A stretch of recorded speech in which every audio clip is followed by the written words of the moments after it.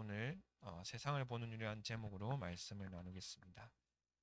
저희가 지금 2025년에 살고 있는데 한국이 원래는 그 옛날에 뭐 신라 시대 아니면 그 이전부터 연도가 있었을 거 아니에요. 그때는 이제 고조선이 세워진 날을 기준으로 연도를 정했습니다. 그래서 그거를 우리는 단기라고 이렇게 말을 하죠. 또 일제 강점기 때는 그때 뭐 천황이 제위한 시점을 기준으로 그 해를 원년으로 해서 뭐 소화 몇 년 이렇게 표기를 했다고 합니다. 근데 이제 세계가 더욱더 이제 하나가 되고 있잖아요. 연도 표기도 이제 하나로 통일될 필요가 있었습니다. 그래서 전국 전 세계 학자들이 모여서 누구를 기준으로 이 연도를 표기할 것이냐 그거를 정했는데 가장 영향력 있는 사람을 기준으로 해야 되겠다. 이렇게 해서 과학적으로 예수님이 태어난 해를 기준으로 한 게 지금 2025년입니다. 그러니까 지금은 예수님이 태어나신 지 2025년이 지났다. 우리 그렇게 이해할 수 있겠죠. 자, 그 말은 무엇이냐? 예수님께서 이 인류를 통틀어서 가장 큰 영향을 끼치신 분이다. 그리고 세계에서 가장 많이 읽혀진 책 또한 이 예수 그리스도에 대한 말씀이 주제로 있는 성경이다. 우리가 그렇게 어, 역사적 사실을 통해서도 알 수 있고요. 그래서 이 성경이 말하는 것이 무엇이냐? 바로 이 성경의 주제는 그리스도. 구약에는 오실 메시아. 메시아가 다른 말로 그리스도라는 뜻이죠. 또 신약에는 오신 그리스도. 그래서 이 성경의 주제가 또 그리스도입니다. 그리스도의 뜻은 기름 부음 받은 자. 구약에서는 이 기름 부음 받은 직분이 세 가지가 있었습니다. 왕과 선지자, 제사장 이 세 가지가 있었습니다. 기름 부음을 받고 나서 이 왕이 본격적으로 왕의 직무를 이제 감당하게 되는 거예요. 선지자도 제사장도 마찬가지고요. 그러면 이 예수님은 성령으로 기름을 부음 받으셨는데 마태복음 3장 16절을 함께 찾아보겠습니다. 네, 마태복음 3장 16절 말씀이고요. 제가 읽도록 하겠습니다. 예수께서 세례를 받으시고 곧 물에서 올라오실 때 하늘이 열리고 하나님의 성령이 비둘기같이 내려 자기 위에 임하심을 보시더니 자 여기서 이제 성령이 이렇게 임했다 이런 내용이 나와 있습니다. 이 이후로 예수님의 본격적인 사역이 시작됩니다. 그 사역을 우리가 크게 세 가지 직무를 감당하셨다 그렇게 정리할 수가 있겠습니다. 바로 첫 번째는 왕의 직무를 감당하셨습니다. 세상 임금인 이 사단의 권세를 깨뜨린 참 왕. 우리 요한일서 3장 8절을 또 찾아볼까요? 요한일서 3장 8절에는 제가 읽겠습니다. 죄를 짓는 자는 마귀에게 속하나니 마귀는 처음부터 범죄함이라. 하나님의 아들 나타나신 것은 마귀의 일을 멸하려 하심이라. 아멘. 자, 마귀의 일을 멸하기 위해서 예수님께서 오셨다. 이렇게 기록되어 있죠. 바로 예수님께서 이 일을 또 감당하셨고 또한 선지자로 하나님 만나는 길을 여시고 또한 하나님의 말씀을 전달한 참 선지자가 되셨습니다. 요한복음 14장 6절에 내가 곧 길이요 진리요 생명이니 나로 말미암지 않고는 아버지께로 올 자가 없느니라. 그래서 하나님 만나는 길은 우리가 다른 길이 아닌 오직 예수를 통해서만 만날 수 있다는 것. 이것이 바로 예수님께서 하신 선지자의 직분입니다. 또한 세 번째로 예수님께서 십자가에서 죽으심으로 단번에 인간의 모든 죄를 사하신 참 제사장이 되셨습니다. 로마서 8장 1절에서 2절을 함께 보도록 하겠습니다. 로마서 8장 1절에서 2절에는 제가 읽겠습니다. 그러므로 이제 그리스도 예수 안에 있는 자에게는 결코 정죄함이 없나니 이는 그리스도 예수 안에 있는 생명의 성령의 법이 죄와 사망의 법에서 너를 해방하였습니다. 아멘.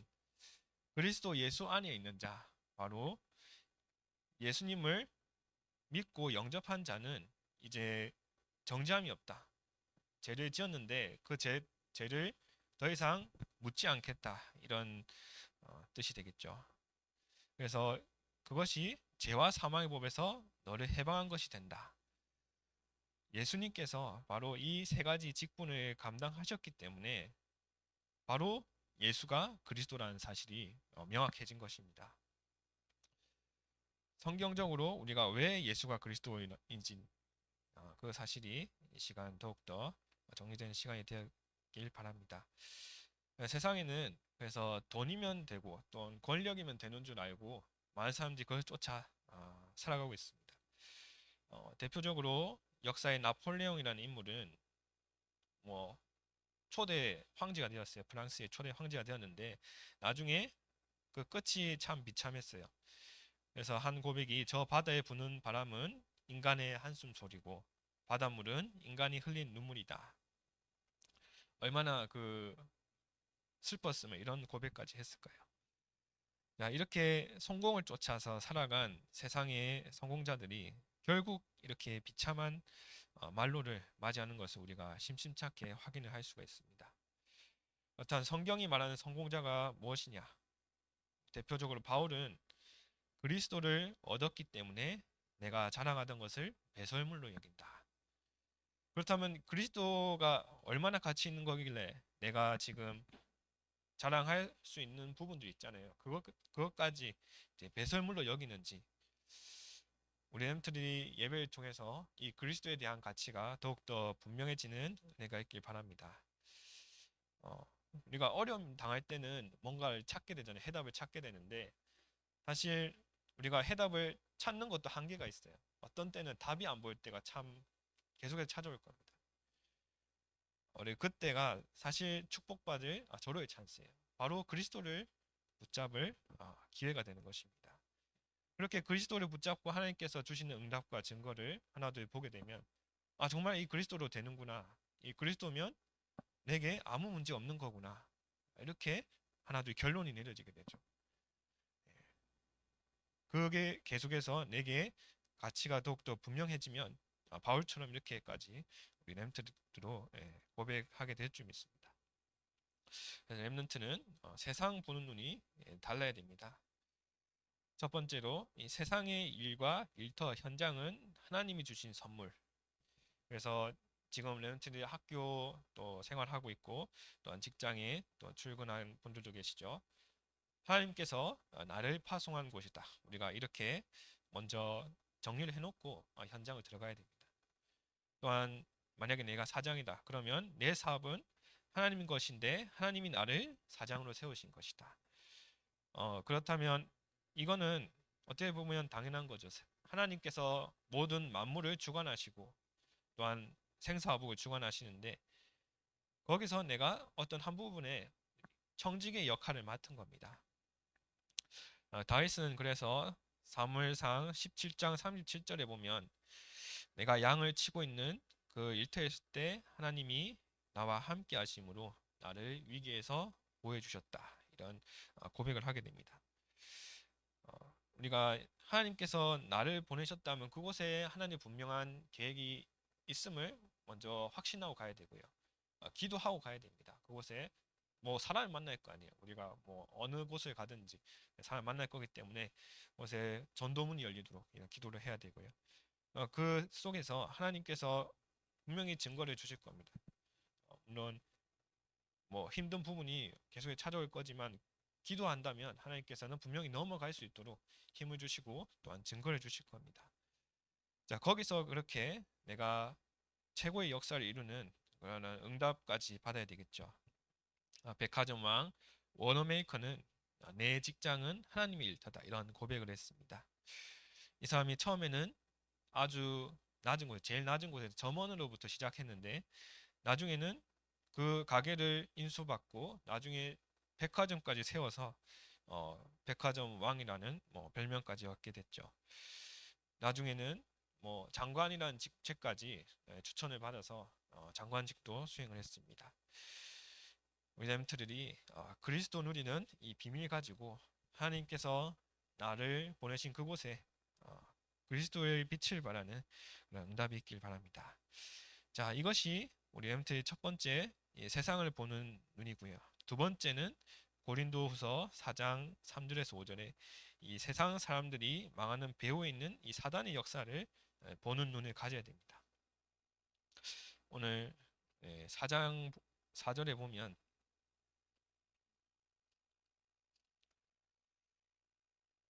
그 중에 이 세상의 신이 믿지 않은 자들의 마음을 혼미하게 하여 그리스도의 영광의 복음의 광채가 비치지 못하게 함이니 그리스도는 하나님의 형상이니라. 자, 믿지 않은 자들이 우리가 복음을 전하는데도 믿지 않는 경우가 대부분이잖아요. 사단이 바로 혼미하게 해서 그렇습니다. 어떻게 혼미하게 하느냐? 세상 사람들이 잘 살고도 그 이후에 또 망해버려요. 예. 우리가 수많은 연예인들 보면 그렇고 또한 많은 유명인들 보면 계속해서 죄를 짓고 감옥수 가고 뭔가 횡령과 비리와 여러 가지가 계속해서 연결이 되죠.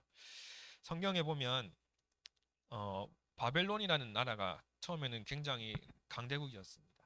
강대국이었다가 지금은 그 나라가 지금 이란이라는 나라예요. 그 나라가 있는 위치가요. 아수르라는 나라도 굉장히 힘이 센 나라였는데 지금 그 나라가 이라크가 되었습니다. 그렇다면 우리가 이거를 뭐 망했다고 말하면 좀 너무 심하지만 아무튼 그런 상태죠. 사단은 이렇게 세상 사람들이 잘 살게 만들고 그 다음에 망하게 만듭니다. 혼미하게 만드는데 우리 렘트들도 조금 주의 깊게 봐야 될 부분이 사단은 나 그리고 물질 뭐 다른 말 돈이죠. 그리고 성공 그리고 명예 이런 걸 중심으로 쫓아 살아가게 만듭니다. 무엇보다 내가 좀 만족되어야 내가 그것을 좀 해야 되겠다. 내가 만족되는 부분 내가 좀 인도를 받아야 되겠다. 그런 생각을 계속해서 가지게 되죠. 내가 뭔가 물질적으로 좀 풍요로워서 뭐 하나님 의지하는 것 물론 좋지만 하나님 내가 혹시 의지하지 않더라도 돈이 좀 의지가 될 수 있도록 돈이 조금 많이 있었으면 좋겠다. 이런 생각을 하게 되죠. 그건 자연스러운 현상입니다. 거의 99.9%의 사람들이 그렇고요. 그래서 막 노후 대비를 막 생각하는 것 같아요. 예, 뭔가 이런 고정적인 수입이 내가 일하지 않아도 나왔으면 좋겠고, 뭔가 연금이나 아니면 어떤 부분도 있잖아요. 나이 들어도 충분히 일할 수 있는 그런 것들, 자연적으로 생각을 하게 되는 것 같습니다. 근데 그것이 이제 중심이 되면 안 되겠죠. 그런데 거기에 더해서 이제 성공 중심으로 이 세상에서 내가 뭔가 이름을 내야 되겠다. 아니면 뭔가 내가 사람들 앞에 인정받아야 되겠다. 그런 것들이 계속해서 우리 속에 자리 잡게 됩니다. william도 그런 게 계속해서 나오게 되고 그런 걸 따라갈 수밖에 없는 그런 상황 속에 있죠. 그래서 우리가 영적으로 깨어 있어야 되고요. 그리고 사단은 또 문화로 이 우상을 계속해서 심습니다. 각종 미디어나 여러 가지를 보면 우리가 원하는 것들을 계속해서 보여주고 있어요. 이 알고리즘 같은 게 막 어떤 영상을 보면 그 다음 넘어가면 또 그와 관련된 영상이 계속 나와요. 그렇게 계속 보다 보면 내가 영적으로 뭔가 깨어있기보다는 이게 계속 그 시선이 고정이 된단 말이죠. 그러면서 내 정신과 영적인 상태뿐만 아니라 내 정신도 사실은 피폐해져요. 요즘은 뭐 쇼츠나 뭐 인스타의 릴스나 아니면 틱톡이나 뭐 여러 가지 많잖아요. 요즘 카톡도 막 이제 똑같이 따라한다고 막 넘기면 나오더라고요. 그렇게 사람들한테 사단이 교묘하게 우상을 심습니다. 왜냐들이 거기서 마음을 뺏기고 어떤 정신 상태가 거기에 빠지다 보니까 요즘은 또 우울증을 시달리는 청소년들이 굉장히 많다고 해요. 중고등학생 중에 25%, 4명 중에 1명꼴이 되겠죠. 우울감을 위험 수위까지 느꼈다. 청소년 사망 원인이 9년 연속 자살이다. 이런 통계가 나오고 있습니다. 참 이 스마트폰이 보급되면서 굉장히 편해지고 뭐 음악도 듣고 뭐 전화도 하고 문자도 하고 카톡도 하고 검색도 하고 다 되는데 그 이후로 조금 확실히 많이 심해진 그런 경향을 볼 수가 있습니다. 그 배후에 지금 사단이 잡고 있는 겁니다. 왜냐하면 사단이 세상 임금이라 그랬잖아요. 그러니까 세상의 그 문화의 흐름과 멸망시키는 그 배후에는 반드시 사단이 있다는 겁니다. 우리 햄들이 그 눈을 가지고 있어야 되고요. 그렇게 해서 결국 하나님까지 못 만나버리면 영원한 지옥과 또 후대까지 그 문제가 대물림됩니다. 우상 숭배의 결과죠. 출애굽기 20장 4절에서 5절을 함께 찾아볼까요? 출애굽기 20장 4절에서 5절 말씀입니다.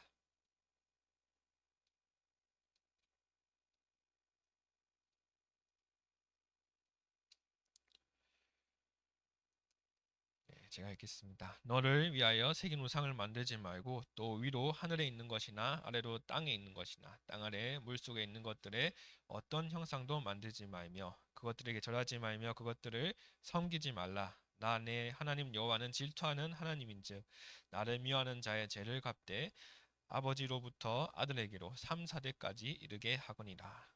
자, 이렇게 우리가 하나님보다 더 좋아하는 것이 우리 마음속에 알게 모르게 자리 잡고 그것이 뿌리내리고 그것 따라간 체질되면 우리의 후대가 과연 복음 붙잡고 오직으로 승리할 수 있을까요?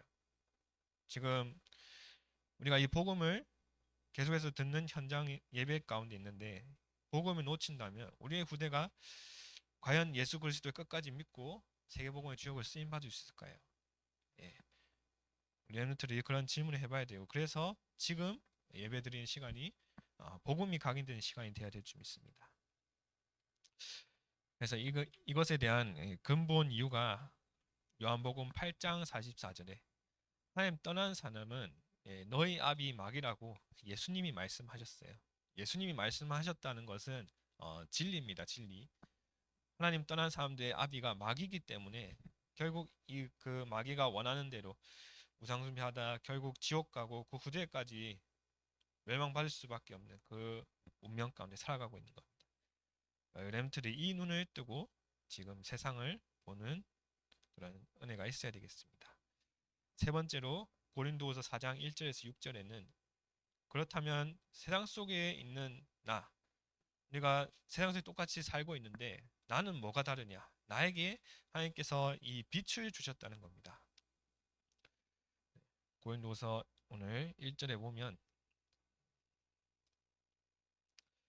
그러므로 우리가 이 직분을 받아 긍휼하심을 입은 대로 낙심하지 아니하고 긍휼하심을 입었다는 것은 하나님께서 우리를 불쌍히 여겨 주신 것입니다. 불쌍히 여겨 주셔서 우리가 멸망받을 수밖에 없는 상태인데 은혜로 우리를 구원해 주신 것 그것이 우리가 긍휼함을 입었다. 그 내용이고요. 2절에는 이에 숨은 부끄러움의 일을 버리고 속임으로 행하지 아니하며 하나님의 말씀을 혼잡하게 하지 아니하고 오직 진리를 나타내므로 하나님 앞에 각 사람의 양심에 대하여 스스로 추천하노라. 그래서 우리가 가진 이 예수 그리스도가 오직 진리이기 때문에 이 진리를 나타낼 수 있도록 우리에게 빛을 주셨다는 겁니다. 강단에서 쉽게 목사님께서 비유를 들어 설명해 주셨는데 이 전구가 있잖아요. 이 전구가 있으면 전구 안에 발광체가 있습니다. 그 발광체가 있어서 전구가 빛이 나는 거예요. 그런데 우리가 그 발광체만 보고 빛이라고 하진 않잖아요. 그 발광체를 싸고 있는 그 전구 유리 그것까지 다 보고 저걸 보고 그냥 빛이다 우리가 이렇게 하잖아요. 그래서 하나님께서 우리에게 빛으로 성령으로 함께 하시기 때문에 그 빛을 받았기 때문에 우리가 빛이 된 겁니다. 그래서 우리에게 이 빛을 발해라 그 사명을 하나님께서 주신 것이죠. 근데 사단은 오늘 3절에 4절에 보면 믿지 않은 자들의 마음을 혼미하게 하고요. 계속해서 모르게 만들고 또 구원받은 자도 계속해서 속입니다. 그래서 비교하게 만들고 현실 보고 복음을 놓치게 만들고 걱정하고 염려하게 만듭니다. 그래서 우리가 속는다는 것은 이번 기도처 말씀 듣는 가운데 나왔는데 하나님의 은혜와 하나님께서 우리에게 주신 그 응답을 놓치는 것 그것이 예비되어 있는데 그것을 기도하고 확인하고 붙잡기만 하면 되는데 그것을 놓치고 다른 길로 가는 것이 그게 이제 속는다는 걸로 그렇게 정리를 할 수 있겠습니다. 그래서 사단은 이렇게 속이는데 6절에는 어두운 때에 빛이 비치라 말씀하셨던 그 하나님께서 예수 그리스도의 얼굴에 있는 하나님의 영광을 아는 빛을 우리 마음에 비추셨느니라. 그 빛을 우리 마음에 비추셨기 때문에 우리가 마음으로 속잖아요. 이 마음이라는 것은 감정이기 때문에 감정으로 우리가 현실 보고 속는데 우리 하나님께서 우리와 함께 하시고 언약 붙잡고 기도한다면 속지 않을 수 있습니다. 하나님께서 분명히 우리 마음에 이 빛을 비추셨기 때문에 우리는 말씀을 가까이 하는 것을 통해서 우리 렘넌트들이 속지 않고 현실 가운데 하나님이 계획 붙잡는 그런 은혜 속으로 들어가길 바랍니다. 결론적으로 그리스도 안에 있는 빛은 우리에게 마지막 소망입니다. 성경에 예수님을 만났고 많은 사람들이 고침을 받았죠. 그 중에 소망이 끊어진 이 혈루증 걸린 여자가 예수님의 옷자락만 잡았는데 그때 고침을 받았고요.